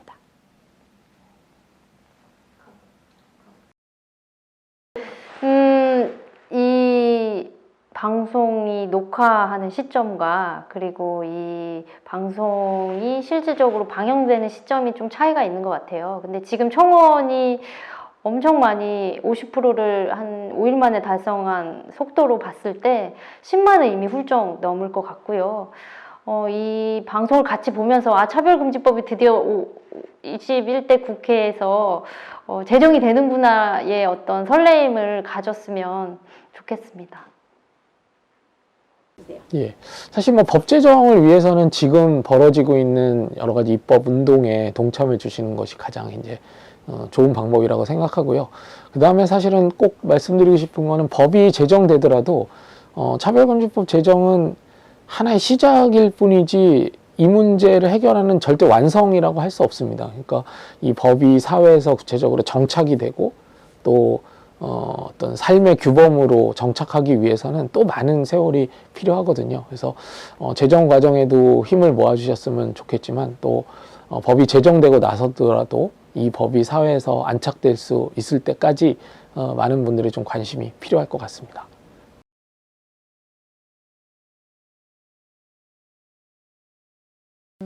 올해 서울키움문화축제 슬로건이 차별의 시대를 불태워라 인데요. 불태우고 나면 그 농사 지을 때도 한번 딱 불태우고 땅을 잘 다진 다음에 거기서 이제 새롭게 농작물을 키우기도 하잖아요. 그런 면에서 이 불태워라라고 하는 것이 정말 그 우리 안에서 좀 그 이렇게 썩어 있던 것들 네. 그리고 안에서 우리의 힘과 이런 의지들을 약하게 만들었던 것들, 갈등을 만들어냈던 것들, 그런 것들이 다 태워지고 새로운 시대가 정말 만들어진다는 느낌을 가졌으면 좋겠는데 아마 이 영상이 나갈 때쯤에도 여전히 차별금지법은 제정되어 있지 않을 거고 바라건대 한 7월 달쯤이라면 국회에서 논의라도 좀 시작이 되었으면 좋겠다 싶은데요. 혹시 그렇게 되어 있든 아니든지 간에 우리는 너무나도 명확하게 이 차별의 시대를 불태워서 새로운 시대를 만들고 싶다라고 하는 이 열망은 너무나도 확실하니까 어떤 상황이든지 간에 절대 포기하지 않고 차별금지법을 끝내 만들고 차별의 시대를 불태우고야 말리라 라고 하는 각오로 2021년 한 해 잘 살았으면 좋겠고 이 차별의 시대를 불태워라라고 외치는 서울 키움문화축제 마지막까지 잘 즐기시고 끝난 다음에도 추억을 잘 가지시면서 겨울까지 잘 지내시기 바랍니다. 예. 사실 이 퀴어문화 축제잖아요. 그래서 축제이기 때문에 정말 많은 사람들이 즐기고 또 즐거워야 되는 자리라고 생각을 합니다. 근데 또 올해는 이 입법을 앞두고 있는 차별금지법 입법을 앞두고 있는 또 중요한 시기이기 때문에 이 우리의 축제가 또 이 법 제정의 중요한 계기가 되고 또 원동력이 되었으면 좋겠다라고 하는 바람입니다. 여러분들 다 함께 해주셨으면 좋겠습니다. 감사합니다. 이번 서울 퀴어문화축제 이제 슬로건이 차별의 시대를 불태워라잖아요. 이제 정말로 우리가 차별에 대해서 실질적으로 정말 우리의 목소리를 내면서 이것을 해결해 나가는 것이 우리의 정말 시대적인 과제다, 사회적인 과제다라는 이야기를 본격적으로 할 시기라고 생각을 합니다. 그래서 이런 슬로건처럼 차별의 시대를 불태우기 위해서 우리 차별에 대해서 더 많이 문제 제기하고 이를 위해서 이걸 해결하기 위한 차별금지법이 필요하다, 내놓아라 라는 이야기를 함께 하는 그런 과정이 되었으면 좋겠습니다. 감사합니다. 저는 꼭 이 법을 저도 많이 항상 의문하고 이 법이 어떻게 나한테 도움이 될까 이런 것을 항상 질문해왔던 것 같아요. 근데 그러면서 10여 년이 흘렸어요. 제가 20대에서 이 법을 같이 공부를 하다가 지금 40대 중반이 됐거든요. 그러니까 법이라는 것은 항상 어떻게 보면은, 우리에게는 어떻게 보면 우리는 법을 이용하는 사람 또는 법에 대해서 어떻게, 대상으로서 우리는 생각해왔던 것 같은데 우리는 법을 만들 수 있다고 저는 생각해요. 그거는 우리가 만드는 거고 국회는 그것을 할 수 있는 권한만 가졌지 그들은 정말 신경 쓰지 않으면 우리 사람들의 문제를 잘 캐치하지를 못하더라고요. 결국 우리가 그러니까 이 법을 만들고 논의하고 그것에 힘을 붙이고 그것을 밀어붙일 수 있는 사람들은 사람들이라는 거. 우리 개인들 또는 시민들이라는 거. 그게 너무 저는 중요하다고 생각하고 그 세월 동안 그것을 계속 같이 만들었던 사람들 지금도 보고 있고 저는 그것을 또 힘을 받고 있다고 생각해서 저는 우리가 그런 변화를 만들 수 있는 사람들이라고 생각하고 오늘 우리 그 서울 키워문화 축제 함께 하시는 분들도 그 변화에 하나의 스스로가 그런 변화를 만들 수 있는 주체가 될 수 있다는 거 저는 그걸 확인하면 너무 좋겠습니다. 벌써 22번째를 맞이하는 이 서울 퀴어문화축제 개최를 다시 한번 진심으로 축하드리고요. 이 차별의 시대를 불태워라 라고 하는 슬로건이 저는 정말 지금의 상황에 딱 맞다는 생각이 들어요. 그러니까 여러모로 어려움이 겹쳐있는 이 시대에 어떻게 보면은 가장 어두운 시대야말로 오히려 희망의 불꽃을 활활 불태우기 가장 좋은 타이밍이라고 생각하기 때문에 이 차별을 불태워서 평등의 불꽃을 가장 멋지게 환하게 밝혀 올리는 퀴어문화축제가 되기를 희망합니다. 굉장히 많은 14년의 이야기들을 과거에서부터 현재까지 이야기를 하면서 한편으로는 좌절을 느끼시는 분도 계실 테고 아직도 제정이 안 됐단 말이야? 그리고 뭐 지금 그때 활동했던 10대들은 30대가 되었고 저도 이제 그때 30대였는데 지금 40대가 되었잖아요. 근데 그래도 희망적인 것은 우리는 혼자가 아니라는 것, 그리고 이런 활동들이 좌절이 될 수도 있지만 꾸준히 많은 사람들이 함께하고 있다는 것, 그리고 언젠가는 성소수자가 차별받지 않는 세상이 온다는 것, 이런 희망을 가지고 이런 이야기들을 계속 나눌 수 있는 곳이 있었으면 좋겠고, 그리고 조금 더 시간이 흘러서 그때 차별금지법 이렇게 제정이 됐대 라는 백서를 또 소개하는 방송을 했으면 좋겠습니다.